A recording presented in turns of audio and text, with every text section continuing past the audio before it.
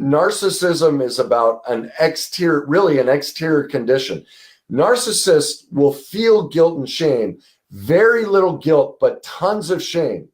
And the reason they feel shame when they do something bad is because they fear what other people think. See, it's a public disorder. In other words, whenever we're in shame, it's a public emotion.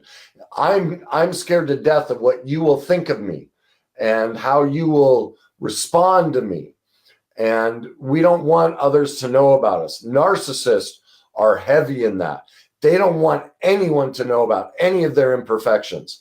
They are primarily focused on the exterior of their looks, their character, and especially what you think of them. And that's why in the millennial generation, or maybe a better way to describe it is the social media generation, you see heavy narcissism, because they're so focused outwardly on how many likes, on if someone makes a comment, kids will commit suicide if someone makes a disparaging comment about one of their posts or something like that.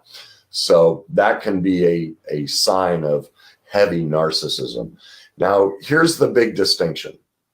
Narcissists are made. They are not born, and they're made by parents. Parents create narcissists, okay? It's really horrific parenting that creates a narcissist. So, and it's from a couple of things. One, the parent was either completely overindulging or underindulging, but on massive scales, all right? More often than not, they are overindulging, all right? They give the kid whatever they want. They rescue, if the kid fails a class, they go in and rescue them. They don't want them to suffer anything in the public arena. If they get cut from a team, the parent will scream and yell to try and get them back on the team. They're constantly rescuing and indulging their child so that their child doesn't feel any sort of public discomfort. They also the parents heavily focus on appearance. It's very important. It's vital because, again, it's about what everybody else thinks. They focus heavily on achievements, and they will manipulate achievements. They will constantly, this whole generation in parenting of everybody gets a trophy and nobody can lose. That creates narcissism. And telling them, everyone, oh, you're going to be the best. It creates an overindulgence and a sense of superiority. And we'll get into some of the more deeper traits. So that this new style of parenting where we're afraid to hold our kids responsible or let them suffer a consequence. If you do that, please stop. Please. And I know what it's like, because you sit there and you think, oh, I'm such a bad parent if I don't take care of this for them. And you don't want to be a bad parent. I'm telling you, it's the exact opposite. What you're doing is destroying your child. And you might be going into denial. If that's something you do, you might be wanting to fight this off or even cancel it. Stop listening to the show. That tells me that you're in denial and you don't want to face that about yourself. But please go get help to deal with your codependence, because you're destroying your child. I'm not exaggerating. You are creating a lifetime of hell for your child by overindulging them and rescuing them in this fashion. So these parents are constantly, always affirming their child because of their outer value, what they look like, what others perceive of them, their sports, their achievements, their grades, all that kind of stuff. But it's all focused outside of them. It's something called outside esteem or other esteem. And that's primarily what creates narcissism. Another, this you would find more in the adult narcissist. They hate to be left.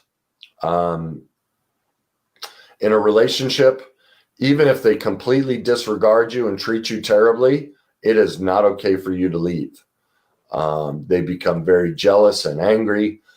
They can become very violent. It depends. Again, it's a continuum and how far out they are. The other thing about a narcissist is they lack empathy and the ability to listen. So they'll go on and on about their exploits and things that they that are important to them. And the second you talk, they're disinterested. I'll never forget. I went to this is a prime example of it. I met with someone who specializes in helping people become paid speakers. Okay. And I just thought I'd gather information. Well, we met and he talked for almost an hour and a half straight. 3 times he stopped. 3 times. Allowed me, I forced myself to ask a question. If I, to try and narrow him down on a couple things. And as soon as I started to explain the question I went, this is exactly what he did. He grabbed his phone, he put it in his lap underneath the table, and he started texting people. Didn't even look up at me. And once I finished, he put his phone back and just kept puking all over me about how great he was and what he was able to do. That's narcissism. All right. Massive narcissism. Needless to say, even what he talked about, I could tell he was highly unqualified. He was just talking about himself. But because of what I do was fascinating to watch. That's why I hung out so long, is I was just amazed at watching the narcissist. And so for me, when I run into people like that, I may hang around just because of the psychology of it all, and to watch their behaviors and learn more about their dysfunction. And it was sad to see how dysfunctional he was. But so that's something they'll do. They're incredibly grandiose with their ideas, with their beliefs about themselves, their capabilities. They exaggerate on, their accomplishments or what they're capable of. They will say things like, yeah, I ran for office. I tried to get into politics. I ran for office. Well, they ran for school treasurer in college, something like that. That would be an example of grandiosity. They just exaggerate everything, and their resume is filled with, things that they've stretched the truth on. All right. They're incredibly superficial. They will constantly be asking you about how they look. It'll be very important to them who they hang out with. They only want to hang out with the cool people. The other thing about narcissists is they will throw tantrums if they don't get their way, like big time fits. And they feel incredibly entitled to special treatment. That's what you see in the millennial generation. This is hysterical. I had a young girl call me a couple weeks ago. She's been searching for a job in the pharmaceutical industry. She wants to be a pharmacy tech, like at a Safeway, right? And we're talking on the phone, trying to find out if I'm a good fit for her. And she's saying, she's been trying for months now and she can't get hired. And she kind of softly says, maybe it's my demands. And I clued into that. And I said, well, what do you mean by that? She said, well, I don't want to work nights. I just don't want to. It doesn't work for me. It doesn't work with my schedule, and I don't think I should have to. And I said, well, is that a requirement that kind of everybody you start on the night shift, or at least sometimes start on the night shift? And she's like, well, yes, most companies do that, but I just don't feel I should. She said, she gets to a certain point in the interview, and all of a sudden she starts explaining what she wants, salary and everything, and that's when everything goes bad. And I said, well, I think I understand what's going on, and I think I can help you. When would you like to set an appointment? And we talked about it, and I said, well, okay, I take cash, check, or charge. And there's this pause, and she goes, what do you mean? And I said, well, I take cash, check, or credit card. And she goes, you mean I have to pay for this? She could not believe that she was going to have to pay for it. She had found me on Yelp, and I very politely said, well, You're looking for a service. You found me on Yelp. Everybody on there charges. That's how we make our living. Just like you would charge if you got a job at a pharmaceutical company. But if you'd like help, yes, there is an expectation that we will get paid for giving you our expertise. And she just was dumbfounded, couldn't believe. That's an example of the millennial narcissism of everything has been given to them, done for them. And here's another example, the college campuses, all the kids on college campuses freaking out, the safe zones and all of that, and the use of pronouns and everything. That's an example of overindulgent parenting and what creates the narcissism, because they never had to experience any sort of discomfort. And so now they're trying to control you and everybody else. They can't, and remember, they can't contain themselves. They can't listen to people. Watch politics. Watch how these kids just yell and scream at everybody. And if anyone believes something different than them, they get violent and throw things at them, burn things, won't allow them to speak. These are all a byproduct of that type of parenting, and they're all on, parts of that narcissism scale. They're constantly seeking validation, and that's why they need you to change so that they feel safe inside. The other thing about a narcissist is they are incredibly jealous of anything and everyone. They have to be the center of attention at all times. They will also gaslight you. Gaslighting is incredibly difficult to deal with. A narcissist will look you straight in the eye and go, "What do you mean I cheated on you? I didn't." And you caught them in bed with another person. No, that never happened. They will stay at it. And eventually it's fascinating to watch. People will give into it, but it's very common. Okay. All right, let's move into a sociopath. All right. This one's thrown around a lot. Oh, they're a sociopath. Well, there's a key distinction to a sociopath. All right. There must be a criminal element involved. Okay. They must in some way be breaking the law.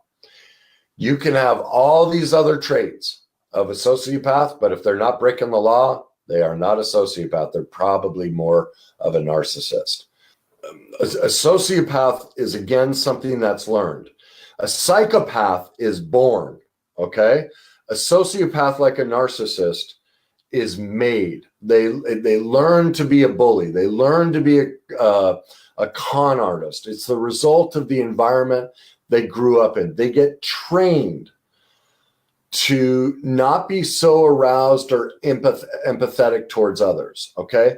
See, narcissism is purely self-indulgent. Sociopath takes it to the next level where, in a way, they're out to get you, and they don't really care, okay? They're the severe narcissistic sociopath, because then they'll breach into that criminal element, okay? They will use aliases a lot, whether that's on social media, even on their social media. A sociopath will do that, or, lots of different ways. I mean, like I just said, escorts, you're high sociopathy in that line of work. Everything for them is a game. It's all about outthinking you. They're chameleons. My second wife was a sociopath. She told me on her first date, she told me she was a chameleon. She flat out said, now I didn't know so much about sociopathy back then, but she told me, she said, I basically find something I like in a person. I'll find one thing I like, and that's all I focus on. What she liked in me, what she'd tell everyone, was my heart. What she did is she used me for my heart. Well, I allowed her, let me say this correctly, I allowed her to use me for my heart and suck it dry. She fed off of my heart, and was, would master manipulator at pushing and pulling me away and keeping me on a string and extracting every last. That's what got me suicidal, was the withdrawal from that relationship. If you've ever been, she's a narcissistic sociopath borderline personality. The withdrawal from that, you're just left bankrupt, empty. I can't describe. I could sit here and try and describe it, but you'd have to go through it. And I hear a lot of people go, "Oh, no. There's a difference when you've been through that." And here's one of the differences. We all have been through pain, and I've told this story before, but the only thing that gives us a break from pain is sleep, right? We love to sleep because we don't have to think about it. We don't have to deal with whatever the problem is. Well, I cannot explain to you what it is like to wake up in the middle of the night from a dead sleep because you are convulsing, because you're crying so hard. I was crying so hard in my sleep, I was convulsing. It would convulse me awake.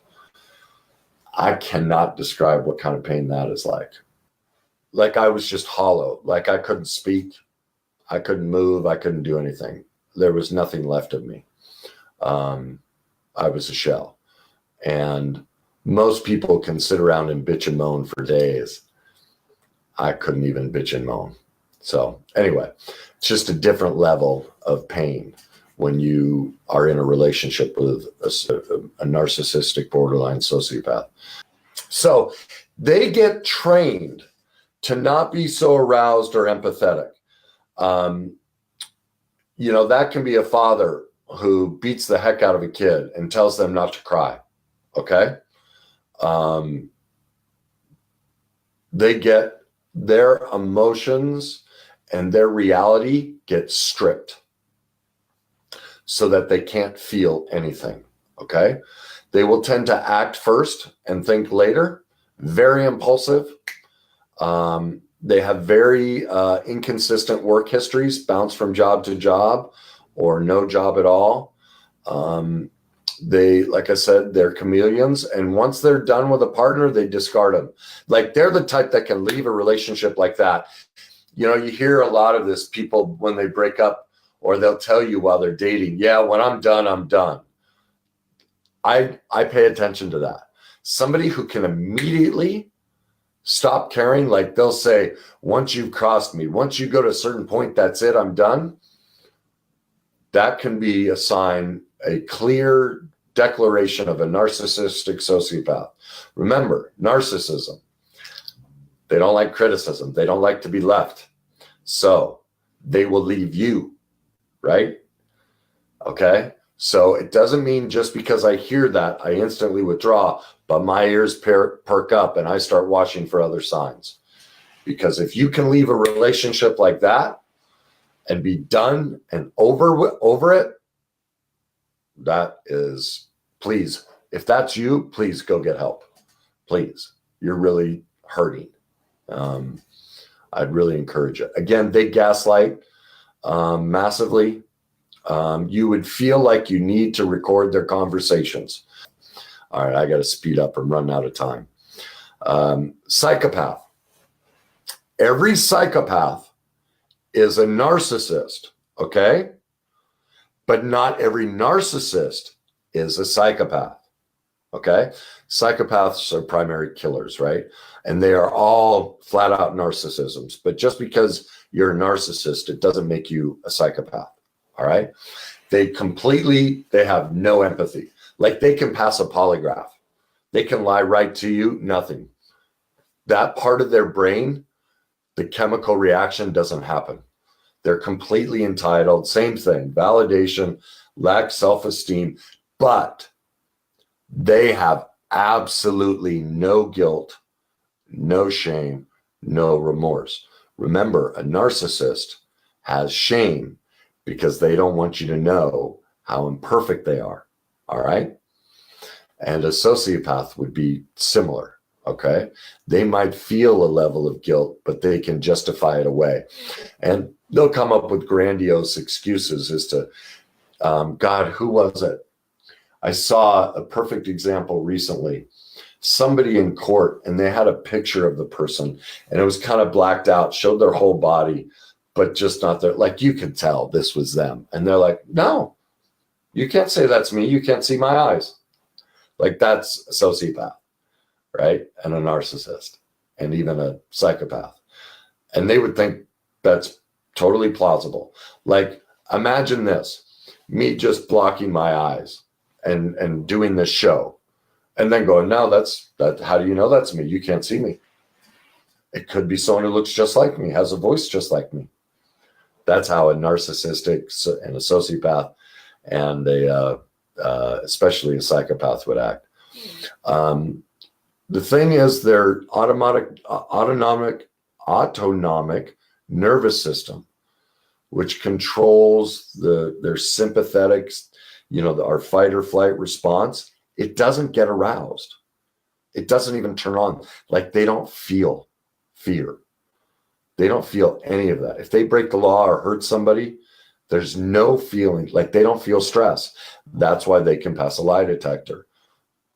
Nothing changes. They can watch death right in front of them and not even flinch. It's like having a sip of water. Nothing different. Their empathy section in, like, brain scans, PET scans, nothing. It's gone. Here's the other thing with a psychopath. They must show a pattern of truancy or skipping school, setting fires before the age of 15. There must be some level of, breaking the law and deviant behavior before the age of 15 for somebody to be a psychopath. Okay. Again, they have very inconsistent work histories as well. Now, the last one I'm going to touch on are borderlines. And this is a lot of people don't know about borderline personality. And it is very rare that a man is a borderline personality. It is primarily women and gay men. I mean, gay men, like, there are lots of female borderlines and lots of gay men borderlines. And they're very victim oriented, can barely hold a job or work. They use tons of medication. They're constantly sick and hurt, and constantly searching for pills or something to, address the symptoms. Like, they are huge hypochondriacs, massive. Something has to be wrong and broken in them, and they have to take a pill and go to the doctor. They're online all day, every day, trying to diagnose what's wrong with them. All right. It's everything. They get a twitch and, oh my God, it must be this, I'm going to die. They're always co-opting everybody in to take care of them. That's why they can't work. They're very, something called learned helplessness. And they're constantly looking for pills. They'll tend to be big pill heads. They'll have pill addictions, and therefore, or phantom medical conditions. They'll doctor shop over and over and over until they can get a doctor, one, to prescribe them pills, and two, to create a diagnosis. And they will think and feel themselves into a disorder and diagnosis. They will fire that fear so much that they will create phantom health conditions, which become real because they manifested them. All right.